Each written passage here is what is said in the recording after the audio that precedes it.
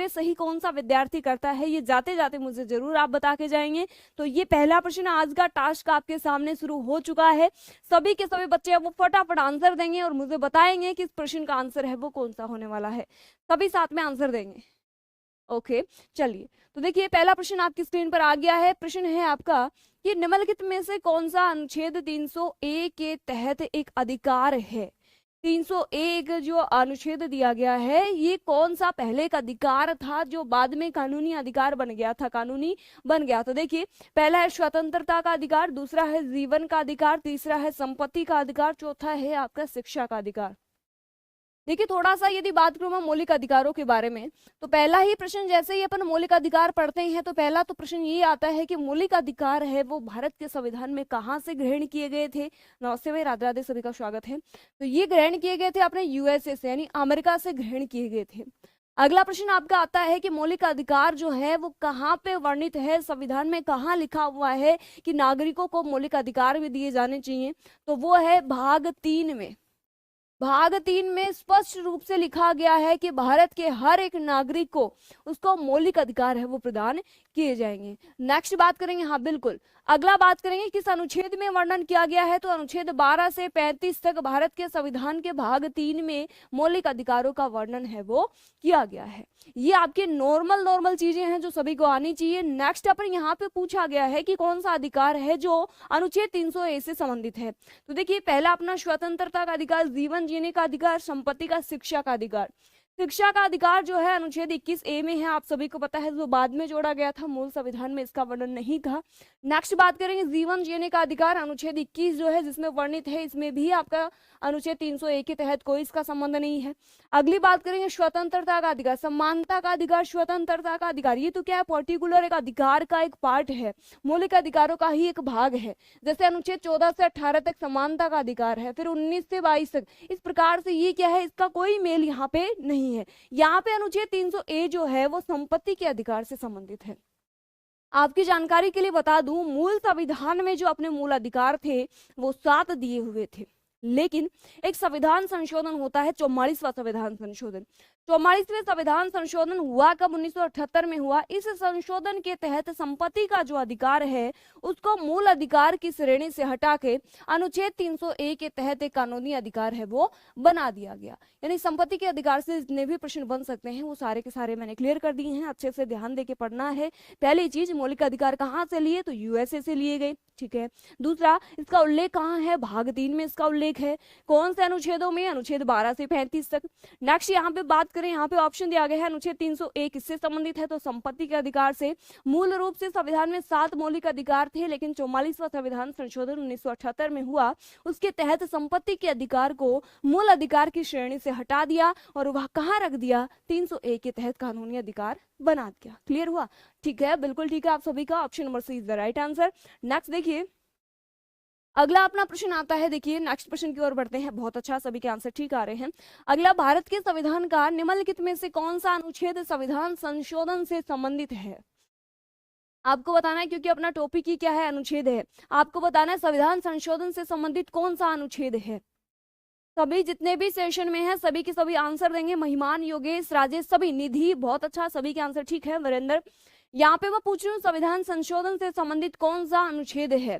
देखिए बिल्कुल नहीं, हाँ यहाँ पे बात कर रही है अनुच्छेद 365, 360, 368, 355। 3 अनुच्छेद आपको याद रखने हैं। एक तो है अपना अनुच्छेद 352, एक है अपना 356 और एक है 360। ये तीनों तो बार बार आपके एग्जाम में पूछे जाते हैं। अनुच्छेद 352 की बात करूं तो ये आंतरिक अशांति या फिर सशस्त्र विद्रोह के, आंतरिक अशांति की कंडीशन में राष्ट्रपति के द्वारा लगाया गया आपातकाल है वो अनुच्छेद 352 के तहत लगाया जाता है, पहली चीज। दूसरा बात करेंगे, नेक्स्ट है अनुच्छेद 356। अनुच्छेद 356 कब लगाया जाता है, जब राज्य का संवैधानिक ढांचा है वो गड़बड़ा जाता है। ऐसी कंडीशन में राष्ट्रपति के द्वारा 356 के तहत उस राज्य में राष्ट्रपति शासन लगाया जाता है, और उस कंडीशन में जो राज्य का राज्यपाल होता है वो राष्ट्रपति के अभिकर्ता के रूप में कार्य करता है। नेक्स्ट बात करेंगे अनुच्छेद 360 की। तो अनुच्छेद 360 में क्या है, वित्तीय आपातकाल। यदि किसी राष्ट्र में, यदि भारत में जैसे आर्थिक संकट उत्पन्न हो जाता है तो ऐसी कंडीशन में राष्ट्रपति जो है वो अनुच्छेद 360 के तहत वित्तीय आपातकाल लगाता है। क्लियर हुआ? यहाँ पे अपन बात किसकी कर रहे हैं? यहाँ पे पूछा गया है संविधान संशोधन से संबंधित कौन सा अनुच्छेद है। तो इससे पहले मैं आपको बता दूं कि संविधान संशोधन की जो प्रक्रिया है वो ग्रहण कहाँ से की गई, तो दक्षिण अफ्रीका से ग्रहण की गई है। बात करें अनुच्छेद की, तो अनुच्छेद 368 में संविधान संशोधन की प्रक्रिया का वर्णन किया गया है। तो C option is the right answer. बिल्कुल ठीक बोला आपने। अनुच्छेद 352 है राष्ट्रीय आपातकाल है, बिल्कुल। अनुच्छेद 356 है बिल्कुल संवैधानिक ढांचे से संबंधित है। 360 है वो वित्तीय आपातकाल। बहुत अच्छा, राजमौर्य एनटीपीसी का शेयर, बहुत अच्छा निधि। यहाँ पे ऑप्शन नंबर सी है वो बिल्कुल राइट है। नेक्स्ट बढ़ेंगे प्रश्न संख्या 3 की तरफ। बताइए भारत के संविधान के किस भाग में मौलिक अधिकारों का उल्लेख किया गया है? भाग से प्रश्न पूछा गया है। यहाँ पे मौलिक अधिकार है वो किस भाग से संबंधित है? आप मुझे फटाफट आंसर करके बताएंगे। यहाँ पे 6 तक भागों की संख्या लिखी गई है। अपन सारे के सारे एक साथ क्लियर करेंगे, आप इतनी देर में आंसर देंगे। बात करेंगे, देखिए सबसे पहले है अपना भाग 1, भाग 2, भाग 3, भाग 4, भाग 5 और भाग 6। ठीक है, सबसे पहले बात कर रहे हैं भाग 1 की। भाग 1 है वो किससे संबंधित है? संघीय राज्य क्षेत्र से संबंधित है। शॉर्ट में आपको याद करना है। भाग 2 है वो नागरिकता से संबंधित है। किससे? नागरिकता से। भाग 3 है वो अपने मौलिक अधिकारों से संबंधित है और यही प्रश्न है वो आपकी प्रश्न में इसमें पूछा गया है। नेक्स्ट बात करेंगे भाग 4। भाग 4 किससे संबंधित है? डीपीएसपी से, यानी कि नीति निर्देशक तत्वों से। एक आता है अपना भाग 4A। भाग 4A किससे संबंधित है? ये अपना मौलिक कर्तव्यों से संबंधित है। मौलिक कर्तव्यों की बात करूं तो ये आगे आपको जैसे ही प्रश्न आएगा उसमें सारी चीजें क्लियर करेंगे।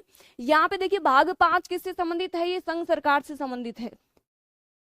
संघ सरकार से संबंधित है, जिसमें राष्ट्रपति आते हैं, संसद आती है। ठीक है, यहाँ पे नेक्स्ट है भाग 6। तो भाग 6 अपना राज्य सरकार से संबंधित है। तो यहाँ पे पूछा क्या गया था? मौलिक अधिकार वो किस भाग से संबंधित है? तो क्या आ जाएगा यहाँ पे? ऑप्शन नंबर राइट, बिल्कुल नहीं, हाँ बिल्कुल ठीक है।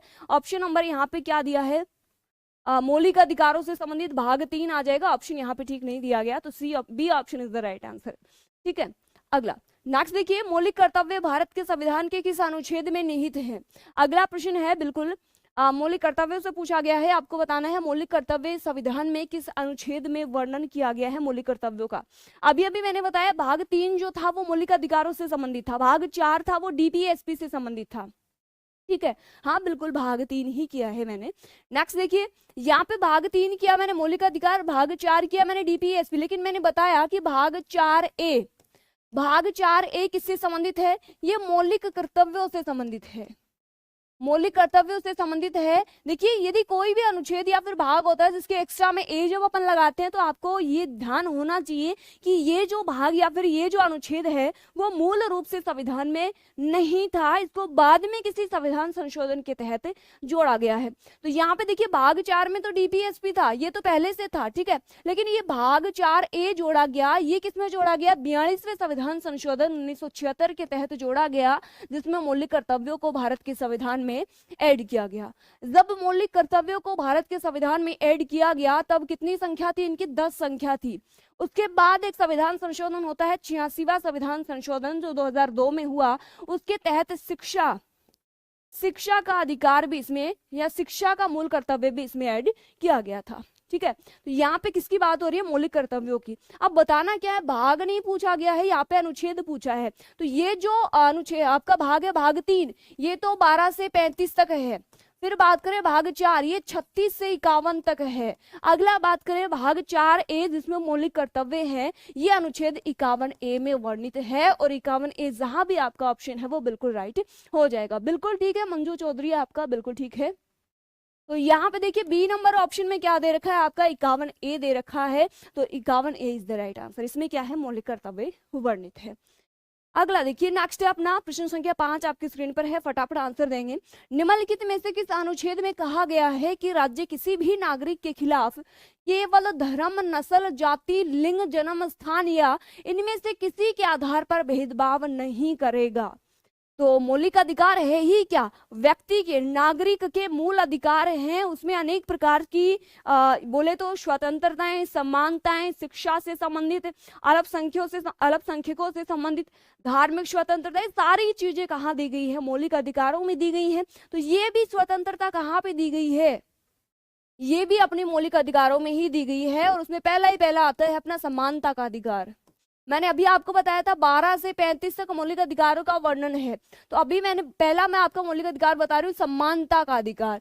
समानता का जो अधिकार है वो अनुच्छेद 14 से 18 तक है और इसी के अंदर ही वर्णन किया गया है कि किसी भी व्यक्ति के साथ धर्म, नस्ल, जाति, लिंग या जन्म स्थान के आधार पर कोई भी भेदभाव नहीं किया जाएगा। तो यहाँ पे देखिए कौन सा ऑप्शन ठीक रहेगा, अनुच्छेद 15, 59, 25, 40। मैंने बताया सिर्फ 14 से 18 के मध्य में समानता का अधिकार है। तो यहाँ पे ऑप्शन कौन सा मिल रहा है, ए ऑप्शन, यानी कि अनुच्छेद 15 में इसका वर्णन किया गया है। तो A option is the right answer. बहुत अच्छा Ishwar Lal, very good afternoon. साजल मांझी आपका भी स्वागत है। द बिग डॉग आपका भी स्वागत है, आंसर भी बिल्कुल ठीक है आपका। राजमौर्य, महिमान, अरे यार मक्खी चला रही है देखो। ठीक है भैया, option number A is the right answer. Next देखिए अगला प्रश्न है। अगला देखिए, अगला प्रश्न आपका आ गया है, भारतीय संविधान का कौन सा अनुच्छेद सिक्किम राज्य के संबंध में विशेष प्रावधानों से संबंधित है। इस प्रश्न को आप वैसे रट सकते हो, ज्यादा एग्जाम में नहीं पूछा जाता है, बस एक बार पूछा हुआ है आपका एसएससी सीपीओ में ऐसे कोई प्रश्न आया हुआ है तो मैंने इसको भी उठा लिया। देखिए प्रश्न पूछा गया है कि आपका कि सिक्किम राज्य से संबंध कौन सा अनुच्छेद रखता है। तो देखिए अनुच्छेद 371 सी, अनुच्छेद 371, अनुच्छेद 371 एफ या फिर 371 ए। तो याद रख लेना अनुच्छेद 371 एफ जो है वो सिक्किम राज्य के संबंध में विशेष प्रावधानों से संबंधित है।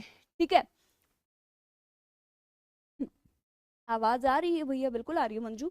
नेक्स्ट देखिए, एक बार चेक कर लेना सिर्फ फोन में।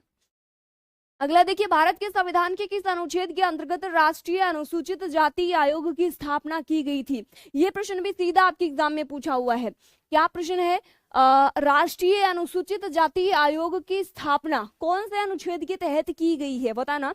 अनुच्छेद 336, अनुच्छेद 338, अनुच्छेद 333 या फिर 335। आ रही है ना? बिल्कुल, बहुत अच्छा। तो यहाँ पे क्या आ जाएगा, बिल्कुल नहीं, हाँ यहाँ पे अनुच्छेद 338 जो है वो अनुसूचित जाति आयोग, राष्ट्रीय अनुसूचित जाति आयोग से संबंध रखता है। तो कौन सा आ जाएगा, B option is the right answer. बहुत अच्छा, राजेश ने भी सही लिखा है, महिमान का भी ठीक है, वीरेंद्र का भी ठीक है और मंजू का गलत हो गया इस बार, कोई बात नहीं, नेहा का भी ठीक है। तो option number B is the right answer. Next देखिए, अगला प्रश्न है अपना। जितने भी विद्यार्थी सेशन में है एक बार सेशन को लाइक जरूर कर देंगे और आरपीएफ की यदि आप तैयारी कर रहे हैं तो अपना बैच जो चल रहा है उसको भी आप ज्वाइन करेंगे। ठीक है, नेक्स्ट देखिए, भारतीय संविधान के किस भाग को भारत का मैग्ना कार्टा कहा जाता है, बताइए। मैग्ना कार्टा से क्या संबंध है, क्या मैग्ना कार्टा? तो इंग्लैंड में एक अधिकारों का माने तो एक पिटारा, उसको मैग्ना कार्टा कहा गया था। लेकिन अपने भारत के संविधान में जो मौलिक अधिकार है, मौलिक अधिकार जो हैं उन्हीं को उपमा दी गई है, किसकी, मैग्ना कार्टा की। और मौलिक अधिकार जो हैं वो किस भाग में हैं, तो बताइए, भाग 3 में, 2 में, 6 में या फिर 4 में। तो देखिए भाग 3 में तो क्या है, मूल अधिकार है और इन्हीं को क्या कहा जाता है, मैग्ना कार्टा कहा जाता है। ठीक है, भाग 2 है, ये किससे संबंधित है, नागरिकता से संबंधित है।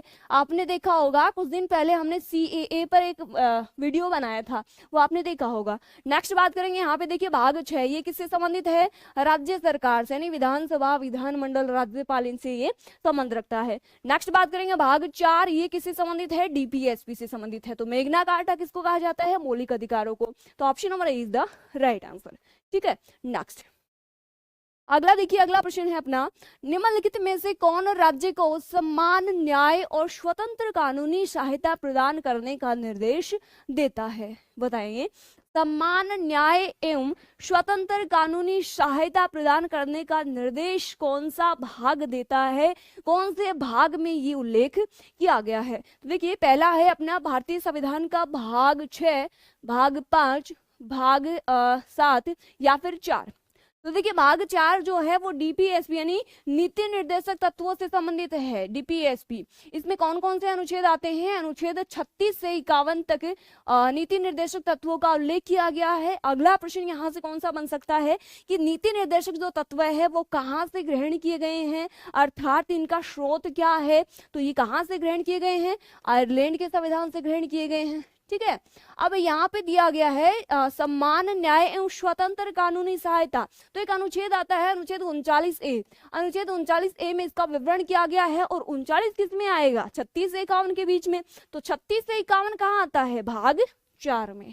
ठीक है, बहुत अच्छा, शानदार response. Option number D is the right answer. Next बढ़ेंगे अगले प्रश्न में।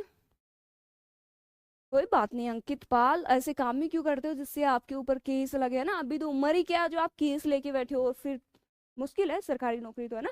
कोई बात नहीं। देखिए अगला प्रश्न है, निम्नलिखित में से कौन सा अनुच्छेद शिक्षा के अधिकार के प्रावधान को स्थापित करता है? देखिए जैसे मैं बात की थी पहले भी कि मौलिक कर्तव्य जो है वो शुरुआत में अपने संविधान में नहीं थे, ये मैंने क्लियर किया था। लेकिन एक संविधान संशोधन हुआ था, 42वां संविधान संशोधन, जिसमें इनको ऐड किया गया था अनुच्छेद 51A में। ठीक है, और उस समय इनकी संख्या थी 10। फिर उसके बाद एक 11वां मौलिक कर्तव्य जोड़ा जो 86वें संविधान संशोधन के तहत जोड़ा। उसमें क्या था? शिक्षा मौलिक कर्तव्य होना चाहिए। 6 से 14 वर्ष के जो आयु के जो बच्चे हैं उनको अनिवार्य रूप से उनके अभिभावक है, उनका कर्तव्य बनता है कि उनको शिक्षा देनी चाहिए। ठीक है, और यहाँ पे क्या पूछा गया? शिक्षा के अधिकार से, शिक्षा के अधिकार का प्रावधान कौन से अनुच्छेद में किया गया है? तो आप जब पढ़ते हैं मौलिक अधिकार तो आपने देखा होगा एक अनुच्छेद आता है अनुच्छेद 21, जिसमें क्या है? जीवन जीने का अधिकार है।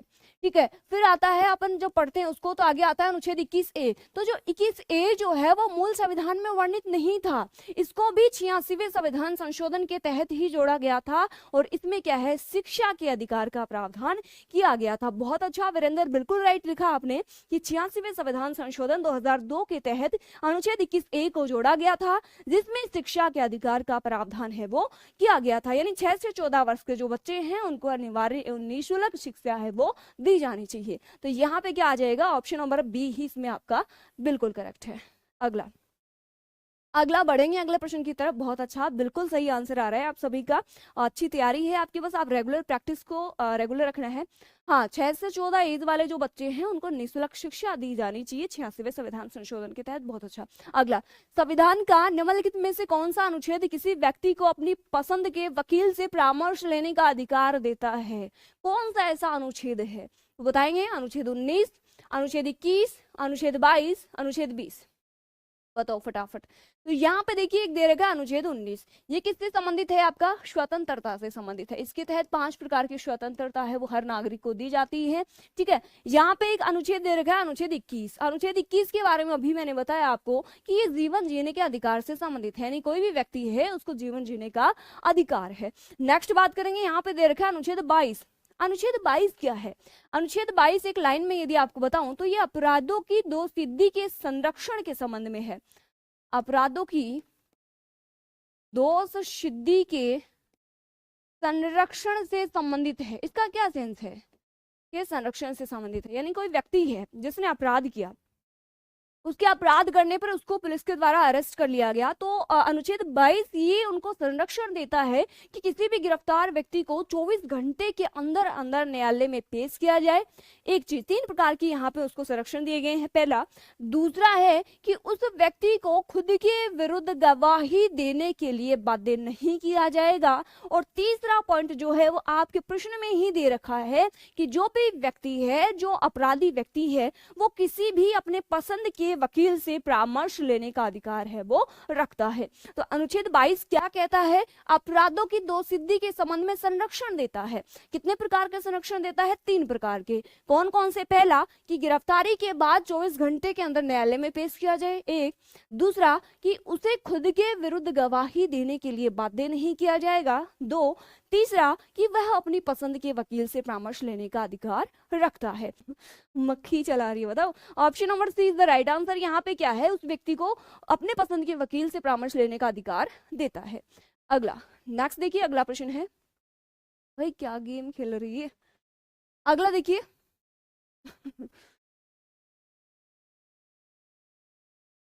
चलिए नेक्स्ट प्रश्न है अपना, हाँ, गिरफ्तारी के संबंध में, बहुत अच्छा। अगला देखिए, निम्नलिखित में से किस अनुच्छेद में यह उल्लेख किया गया है कि निर्देशक सिद्धांत न्याय संगत नहीं है। अभी अभी मैंने आपको बताया था कि डीपीएसपी जो है, नीति निर्देशक जो सिद्धांत हैं, वो और कौन से भाग में है, तो भाग तो आपको क्लियर है कि भाग 4 में है, ठीक है।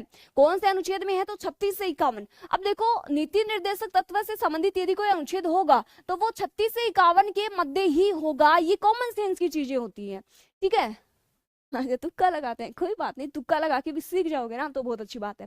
तो यहाँ पे देखिए, इनके मध्य में ही आपका क्या है, आंसर होगा। अब यहाँ पे 36 से 51, 36 तो क्या है, सेम वही अनुच्छेद 12 में वही लिखा गया है, सेम वही अनुच्छेद 36 में भी लिखा गया है। यानी दोनों के दोनों में क्या है, राज्य की परिभाषा का उल्लेख किया गया है। और अगला अनुच्छेद आता है आपका अनुच्छेद 37। तो अनुच्छेद 37 में क्या उल्लेख किया गया है कि आपके जो नीति निर्देशक सिद्धांत हैं, जो आयरलैंड के संविधान से ग्रहण किए हैं, वो न्याय संगत नहीं है।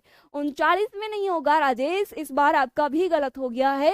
अनुच्छेद 37 जो है वो इस चीज का उल्लेख करता है कि नीति निर्देशक सिद्धांत है वो न्याय संगत नहीं है, ठीक है। तो option number A is the right answer. Next देखिए, अगला बढ़ेंगे अगले प्रश्न की तरफ। प्रश्न संख्या 13 आपकी स्क्रीन पर है, बताएंगे। जय हिंद विजय की राठौर, स्वागत है आपका भी। भारत के संविधान का कौन सा अनुच्छेद राष्ट्रपति को संसद के दोनों सदनों की संयुक्त बैठक बुलाने की शक्ति प्रदान करता है? कौन सा ऐसा अनुच्छेद है जो राष्ट्रपति की, देखो अलग अलग शक्तियां होती है, वैसे मैंने राष्ट्रपति पूरा टॉपिक आपको थ्योरी करवा रखी है, प्लेलिस्ट आपकी अलग से बनी हुई है थ्योरी की भी, तो आप वो भी जाके देख लेंगे। जैसे राष्ट्रपति की कौन कौन सी योग्यताएं होती हैं, किस प्रकार से, जैसे उनकी चुनाव की पद्धति, निर्वाचन की पद्धति कौन सी होती है, ठीक है, या फिर उनके निर्वाचक मंडल में कौन कौन सदस्य होते हैं, और सबसे बड़ी बात उनकी पावर क्या, कौन कौन सी उनको शक्तियां दी गई हैं संविधान के तहत।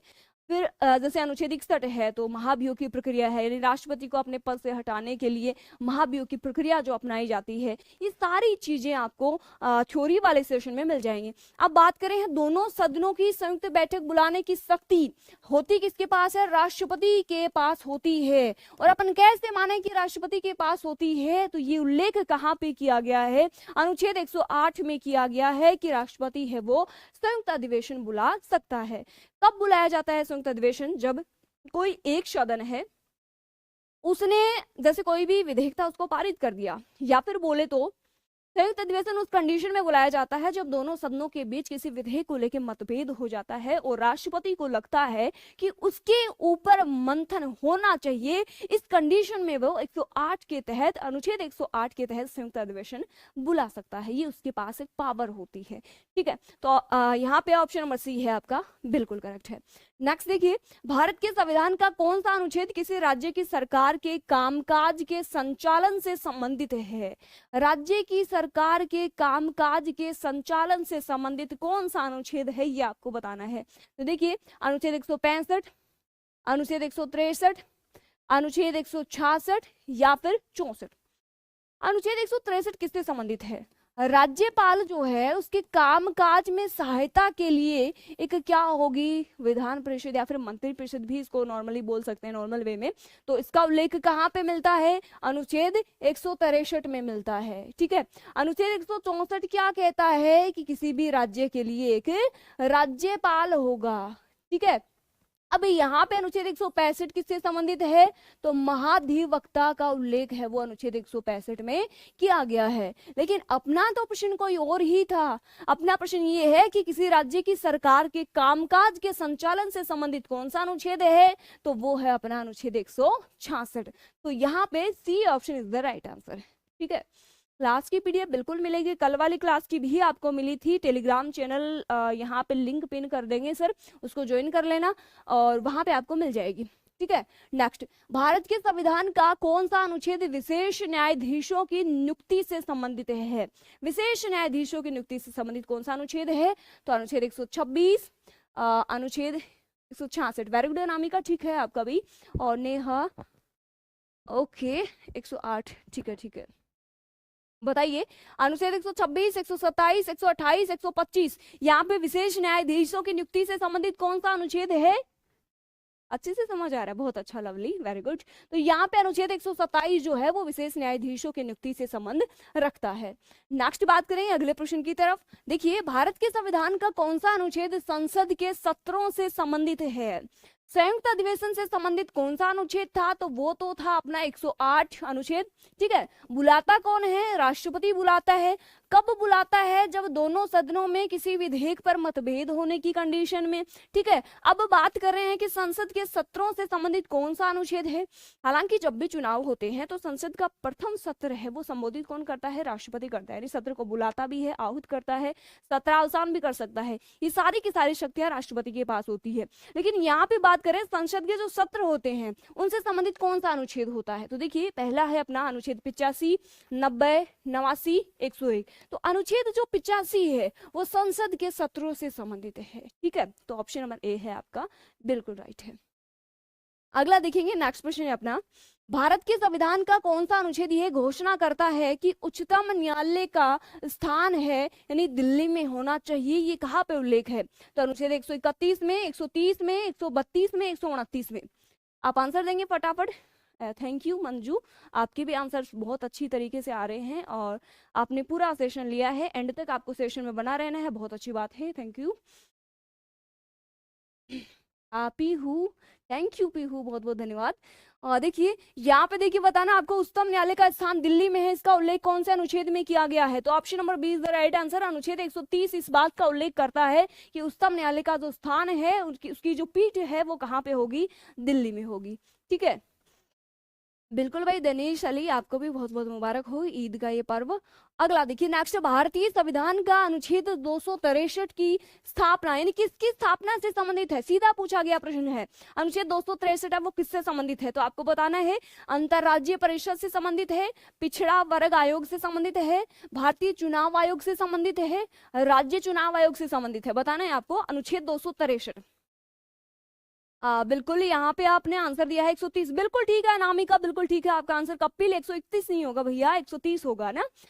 Manju 130 answer is the right answer. ठीक है, ओके, बी नहीं भैया, बी नहीं होगा, कपिल का इस बार ठीक है। यहाँ पे अंतरराज्यीय परिषद, यहाँ पे अनुच्छेद 263 जो है वो अंतरराज्यीय परिषद की स्थापना से संबंधित है, तो A option is the right answer. ठीक है, अगला नेक्स्ट देखिए, भारत के संविधान का कौन सा अनुच्छेद कानूनों के सम्मान, संरक्षण और कानूनों के समक्ष समानता प्रदान करता है? आप देखिए मौलिक अधिकार से बहुत सारे अनुच्छेदों से प्रश्न सीधे सीधे पूछे जाते हैं और वहीं से ये प्रश्न भी उठाया गया है। मैंने आपको बताया था, हालांकि आपके मौलिक अधिकार अनुच्छेद 12 से स्टार्ट होते हैं, लेकिन जो मौलिक अधिकारों के पार्ट हैं वो कहाँ से स्टार्ट होते हैं? अनुच्छेद 14 से स्टार्ट होते हैं, यानी 14 से 18 तक पहला ही पहला कौन सा है? समानता का अधिकार है। और यहाँ पे बात किसकी हो रही है? कानून के समक्ष समानता और कानून के समक्ष संरक्षण की, ये दो चीजें हैं, याद रखना। इसमें पहला ही पहला है अपना अनुच्छेद 14। अनुच्छेद 14 में दो चीजें हैं, पहली तो ये है कानून के समक्ष, इन दोनों में डिफरेंस है, कानून के समक्ष समानता। हालांकि ये पॉसिबल नहीं है कि कानून के समक्ष सभी को समानता दी जाए, क्योंकि बहुत सारे जैसे विकलांग होते हैं, महिलाएं होती हैं, उनको अलग से आरक्षण की व्यवस्था की गई है। लेकिन अनुच्छेद 14 में दो बातें कौन सी है? कानून के समक्ष समानता और दूसरा है कानून के समक्ष संरक्षण। ये दो चीजें यहाँ पे उल्लेख की गई। और कानून के समक्ष संरक्षण ये प्रक्रिया कहाँ से ग्रहण की गई है? तो ये अपने इंग्लैंड के संविधान से ग्रहण की गई। ये तो अपना अनुच्छेद 14। नेक्स्ट बात करेंगे अनुच्छेद 15 की। अनुच्छेद 15 क्या कहता है? किसी भी व्यक्ति के साथ धर्म, नस्ल, जाति या फिर जन्म स्थान, किसी भी आधार पे कोई भी भेदभाव है वो नहीं किया जाएगा। ठीक है, तो यहाँ पे प्रश्न क्या पूछ रहा था? कानून के समक्ष संरक्षण और कानून के समक्ष समानता, इसका उल्लेख कहाँ है? बिल्कुल ठीक है आशीष, वीरेंद्र, सभी का ठीक है, कपिल का भी, नेहा का भी। ओके, तो यहाँ पे option number D is the right answer, यानी अनुच्छेद 14 में इसका विवरण है वो किया गया। बहुत अच्छा। नेक्स्ट अगला प्रश्न देखिए, अगला है अपना, भारत में राज्य के नीति निर्देशक सिद्धांतों के तहत निम्नलिखित में से किस अनुच्छेद में ग्राम पंचायतों के संगठन का प्रावधान किया गया है? ग्राम पंचायतों की जो एक अलग विचारधारा थी, जो महात्मा गांधी के विचारों से प्रेरित है। हालांकि कहा जाता है कि गांधी जी का कहीं पे भी कोई भी रोल संविधान निर्माण में नहीं है, लेकिन उनके विचारों का बहुत यहाँ पे नजर आ रहा होगा आपको भी उनकी विचारधारा थी। ग्राम पंचायत या फिर बोले तो ग्राम पंचायतों का जो संगठन था, उनसे संबंधित उनकी एक अलग ही विचारधारा थी और उसी को यहाँ पे ग्रहण किया है। देखिए ये दिखा रखा है कौन से अनुच्छेद में, 60 में, 50 में, 30 में, 40 में। तो स्पष्ट रूप में, बहुत अच्छा, very good. The big dog, Kapil नहीं, कपिल का गलत हो गया है, वीरेंद्र का ठीक है, महिमान का भी ठीक है, अनामिका का भी ठीक है, ओके, आशीष, मंजू, सभी का ठीक आया है ये answer. Option number D is the right answer, यानी अनुच्छेद 40 जो है वो ग्राम पंचायतों के संगठन से संबंधित है। और ये आएगा किसमें, 36 से 51 के बीच आएगा। 36 के बाद आते हैं ना, इस लाइन में 40 आता है, तो ये कहाँ आया, डीपीएसपी में आया। डीपीएसपी कहाँ है, भाग 4 में है, ठीक है, ओके। अब यहाँ ग्रहण कहां से किया था, आयरलैंड से किया था, तो option number D is the right answer. Next देखिए, अगला है, अगला देखिए, नेक्स्ट प्रश्न है अपना, भारतीय संविधान में अनुच्छेद 43 को रिक्त स्थान के रूप में जोड़ा गया था। अनुच्छेद 43, तो आपको ध्यान ये होना चाहिए कि अनुच्छेद 43 किस में आएगा, तो 36 से 51 के बीच आएगा। तो याद आना चाहिए आपको कहाँ आएगा, नीति निर्देशक तत्वों में आएगा। तो गौर करो, आइए देखते हैं 43 बी है। इसका सेंस ये है कि ये मूल संविधान में नहीं था, ठीक है, इसको किसी संविधान संशोधन के तहत जोड़ा गया था। संविधान संशोधन की जो प्रक्रिया है, इसके पीछे भी तो वाद हुए थे, वो भी कई बार एग्जाम में पूछ ले जाते हैं। इसमें पहला तो आता है आपका बेरुवाड़ी वाद, बहुत बार मैंने आपको बताया है बेरुवाड़ी वाद, जो 1960 का वाद है। इसमें ये कहा गया था कि भारत के संविधान के किसी भी हिस्से में, किसी भी भाग में कोई भी संशोधन है वो नहीं किया जाएगा। लेकिन उसके जस्ट 12-13 साल बाद एक वाद हुआ था, केशवानंद वाद। केशवानंद वाद हुआ था 24 अप्रैल 1973 को।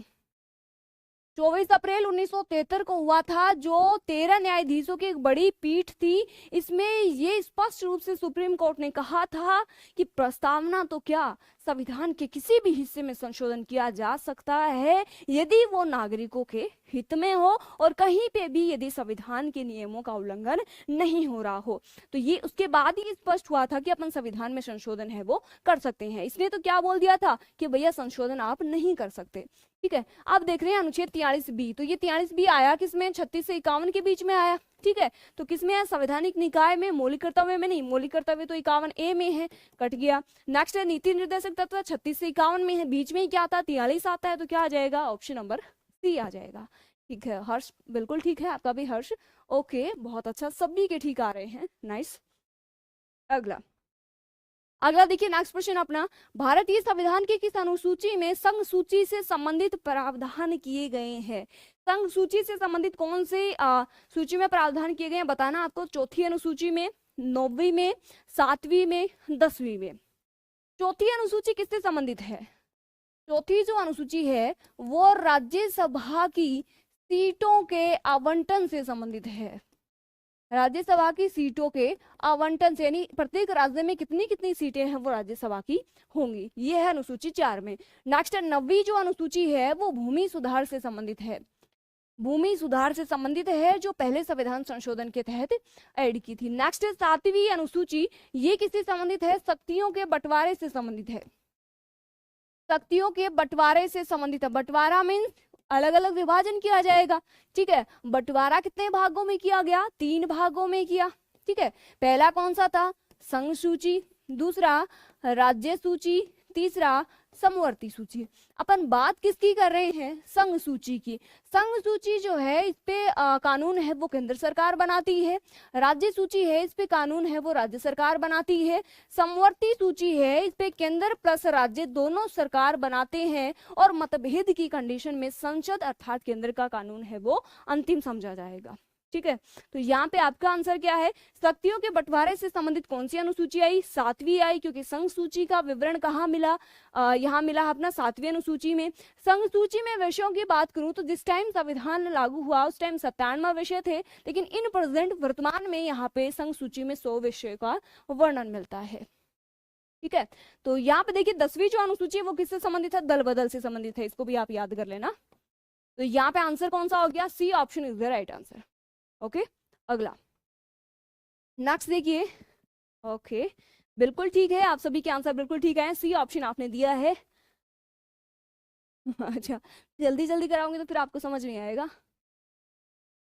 हर्ष प्रकाश गुप्ता, मैम आपसे अच्छा पॉलिटी कोई पढ़ा ही नहीं सकता, बहुत ही अच्छा पढ़ाती है। थैंक यू सो मच भैया। देखो मैं तो अपनी तरफ से पूरी कोशिश कर रही हूँ, बाकी आप लोगों को कितना क्या समझ आ रहा है वो तो आप ही को बताए। अगला देखिए, नेक्स्ट है, भारतीय संविधान के किस अनुच्छेद में उल्लेखित है कि राष्ट्र भारत के पूरे क्षेत्र में नागरिकों के लिए एक समान नागरिक संहिता को सुरक्षित करने का प्रयास करेगा? तो देखिए, फर्स्ट अपना अनुच्छेद 40, 42, 46, 44। 40 को तो सीधा ही काट देंगे क्योंकि ये किससे संबंधित है? ग्राम पंचायतों के संगठन से संबंधित है। और याद रख लेना, एक समान नागरिक संहिता जो है उसको सुरक्षित रखने का जो प्रयास है वो अनुच्छेद 44। बिल्कुल राइट। सबसे पहले आंसर भी किसने दिया है? द बिग डॉग और वीरेंद्र ने दिया है, बहुत अच्छा। तो यहाँ पे अनुच्छेद 44 जो है वो एक समान नागरिक संहिता से संबंधित है, तो D option is the right answer, बहुत अच्छा। नेक्स्ट देखिए अगला प्रश्न। अगला है, भारतीय संविधान का कौन सा भाग राज्य के नीति निर्देशक तत्वों से संबंधित है? नीति निर्देशक तत्व जो है उसका उल्लेख कौन से भाग में किया गया है? तो भाग 4 में, भाग 5 में, भाग 2 में और भाग 1 में। बताइए कौन से में किया गया है नीति निर्देशक तत्वों का उल्लेख? तो भाग 4 में तो क्या है? नीति निर्देशक तत्व है, और क्या है? तो पहला ही ऑप्शन आ जाएगा इसमें, क्या आ जाएगा? भाग 4, 36 से 51। भाग 5 में क्या है? संघ सरकार है। भाग 2 में क्या है? नागरिकता है। भाग 1 में क्या है? संघीय राज्य क्षेत्र है। ठीक है, ओके। तो यहाँ पे क्या आंसर दिया है आपने? A option is the right answer, बहुत अच्छा। अनामिका का भी ठीक है, तो यहाँ पे ए ऑप्शन आपका बिल्कुल करेक्ट है। नेहा का भी ठीक है। राजेश 4 क्यों दे रहे हो? यहाँ पे 1 नंबर ऑप्शन ठीक है। डीपीएस भी तो 1 नंबर में आएगा ना, भाग 4 में आएगा। ओके ठीक है। हर्ष, योगेश, मोनू, मंजू ठीक है, नेहा बहुत अच्छा। अगला देखिए, नेक्स्ट प्रश्न है, भारतीय संविधान का अनुच्छेद 51 लगभग है। अनुच्छेद 51, ना कि 51A, गौर करना, 51 पूछा है ना कि 51A पूछा है। तो 36 से 51 फिर से भागो किधर? नीति निर्देशक तत्वों की तरफ। लास्ट है ना, तो अनुच्छेद 51 तो सीधा सीधा आपको पता होगा किससे संबंधित है? अंतरराष्ट्रीय शांति और सुरक्षा को बढ़ावा देने से संबंधित है, जिसपे अपने जो इन प्रेजेंट के जो प्रधानमंत्री मोदी जी हैं वो ज्यादा ही फोकस रखते हैं। ठीक है, पहला देखिए, नागरिकों के लिए समान नागरिक संहिता, नहीं भैया ये तो अनुच्छेद 44 में आता है। कृषि पशुपालन का संगठन, ये भी नहीं आता है।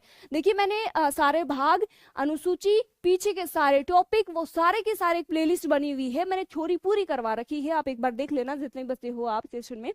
अब देखिए, अंतरराष्ट्रीय शांति और सुरक्षा को बढ़ावा देना, बिल्कुल राइट है। किससे संबंधित है? अनुच्छेद 51 से संबंधित है। और 51A किससे संबंधित है? मूल कर्तव्यों से संबंधित है। लिए कहाँ से गए हैं? ये रूस के संविधान से ग्रहण किए गए हैं। तो यहाँ पे क्या आ जाएगा? C option is the right answer. अगला बताओ बताओ, नेक्स्ट क्वेश्चन आपकी स्क्रीन पर आ गया है।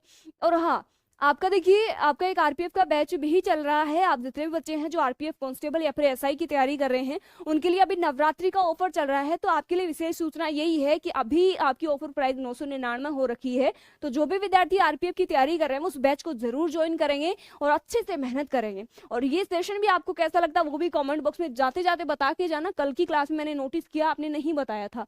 अगला देखिए, भारत के संविधान के किस अध्याय में संसद के अनुच्छेदों पर चर्चा की गई है? उससे पहले, अध्यायों से पहले आपको ये पता होना चाहिए कि कौन से भाग में संसद का उल्लेख किया गया है। तो मैंने आपको बताया था एक भाग है 5। भाग 5 जो है वो संघ सरकार या फिर केंद्र सरकार से संबंधित है। और संघ सरकार का सेंसी क्या होता है? संसद से होता है। संसद मीन्स क्या होता है? राष्ट्रपति, ठीक है, राष्ट्रपति plus Rajya Sabha plus Lok Sabha. Okay, तो यहाँ पे संसद के जो अनुच्छेद हैं वो भाग 5 के अध्याय 2 में आते हैं। अध्याय 2 में इनका विवरण है। तो यहाँ पे देखेंगे कौन से अध्याय में? 3 में तो नहीं है, 1 में भी नहीं है, 4 में भी नहीं है, क्या आ जाएगा? अध्याय 2 में आ जाएगा। ठीक है, बहुत अच्छा। बिल्कुल एक ट्रिक है आपकी सरला नाम से, ठीक है। सरला का सेंसस संसद 79, र से राज्यसभा 80, ला से लोकसभा 81। ये आपको याद रख लेना है, ठीक है, याद हो गया होगा आई थिंक। अगला देखिए, नेक्स्ट प्रश्न अपना प्रश्न संख्या 27। प्रश्न की जगह अनुच्छेदी नाम निकल रहा है, मेरे तो नींदों में भी अनुच्छेदी चलते हैं। देखिए नेक्स्ट, भारतीय संविधान का अनुच्छेद जो राज्यपाल की सभी कार्यकारी शक्तियों से संबंधित है, आपको बताना है। अनुच्छेद 150, 157, 154, 156। देखिए, एक है अपना अनुच्छेद 154, ये किससे संबंधित है? राज्यपाल की कार्यपालिका शक्तियों से संबंधित है। एक आता है अनुच्छेद 153, प्रत्येक राज्य के लिए एक राज्यपाल होगा, इसका विवरण अनुच्छेद 153 में। 154 में क्या है? राज्य की कार्यपालिका शक्ति है वो राज्यपाल में निहित होंगी। अगला आता है अनुच्छेद 155, जो राज्यपाल की नियुक्ति से संबंधित होगा, इसे नियुक्ति से संबंधित। अगला अनुच्छेद 156, अनुच्छेद 156 है वो राज्यपाल की पदावधि से संबंधित होगा, यानी कार्यकाल से संबंधित होगा। नेक्स्ट आता है अनुच्छेद 157, जो राज्यपाल की योग्यता यानी अर्हताओं से संबंधित होगा, अर्हताएं जिनको बोलते हैं, इनसे संबंधित होता है। ठीक है, तो आपने क्या आंसर दिया है यहाँ पे? Option number C is the right answer. बिल्कुल ठीक है वीरेंद्र द बिग डॉग, बहुत अच्छा, नाइस। ओके, अगला आपका प्रश्न है सेकंड लास्ट, नहीं 28 नंबर। अभी तो भारतीय संविधान के किस भाग में यूपीएससी संघ लोक सेवा आयोग का प्रावधान किया गया है? कौन से भाग में यूपीएससी का उल्लेख किया गया? भाग 10 में, भाग 8 में, भाग 14 में और भाग 16 में। तो इसका आंसर आप फटाफट मुझे बताएंगे, कौन से भाग में यूपीएससी का विवरण किया गया है, उल्लेख किया गया है? तो भाग 14 इज द राइट आंसर। आपकी यूपीएससी का उल्लेख है वो भाग 14 में किया गया है। बहुत अच्छा हर्ष, आपका भी ठीक है, और नाइस। अगला इस बार आ गया है अपना 29 नंबर प्रश्न। टोटल अपने 30 प्रश्न लेके आए थे, 235। बहुत अच्छा राजेश। अगला, भारतीय संविधान के कौन से अनुच्छेद संघ की कार्यपालिका से संबंधित है? यानी संघ की कार्यपालिका से संबंधित कौन से अनुच्छेद हैं? भाग की बात करूं तो भाग तो मैंने बता दिया था, भाग 5 में संघ का उल्लेख किया गया है। ठीक है, अनुच्छेद 38 से 50 नहीं भैया, ये 36 से 51 तो उसी में आ जाते हैं, किसमें? डीपीएसपी में, भाग 4 में आ जाते हैं। संघ सरकार इससे संबंधित नहीं है। फिर नेक्स्ट बात करें 52 से 78, बिल्कुल राइट आंसर है आपका। संघ की कार्यपालिका शक्ति है वो 52 से 78 के बीच में है, यानी भाग 5 में है। ठीक है, क्या बता रहे हो भाई? 14 और 16 क्या आंसर दे रहे हो आप? क्या किसका उत्तर दे रहे हो? 14 और 18। ऑप्शन नंबर बी आपका बिल्कुल ठीक है। और लास्ट प्रश्न है अपना अनुच्छेद 32 को भारत के संविधान का हृदय और आत्मा किसने कहा है? तो किसने कहा है? एमवी पायली ने, बी आर अम्बेडकर ने, जवाहरलाल नेहरू ने, सचिदानंद सिन्हा ने। Thank you Neha. बिल्कुल, अभी तो सेशन एंड ही हो जाएगा तो अपन पी लेंगे। देखिए, जो भीमराव अम्बेडकर जो थे, उन्होंने अनुच्छेद 32 को भारत के संविधान का हृदय या फिर आत्मा कहा है। और अनुच्छेद 32 जो है इसमें 5 प्रकार की रिट भी हमें प्रदान है। इसी के अंदर सुप्रीम कोर्ट, यानी यदि कोई व्यक्ति है जिसके मूल अधिकार जो दिए गए हैं संविधान में, उसके अधिकारों का यदि हनन होता है तो ऐसी कंडीशन में कोई भी व्यक्ति है वो सुप्रीम कोर्ट का दरवाजा है वो खटखटा सकता है। इसका उल्लेख भी कहां पे मिलता है? अनुच्छेद 32 में मिलता है। आई होप आपको सारी चीजें क्लियर हुई होगी। मैंने भी अपनी पूरी कोशिश की है आपको समझाने की। बी आर अम्बेडकर, बहुत अच्छा हर्ष। और कश्यप वाईटी बिल्कुल ठीक है आपका भी। मोनू सागर आपका भी ठीक है। Anamika very good. The big dog, B option is the right answer. Okay, Kashyap ठीक है। यहाँ पे सभी के आंसर बी आए।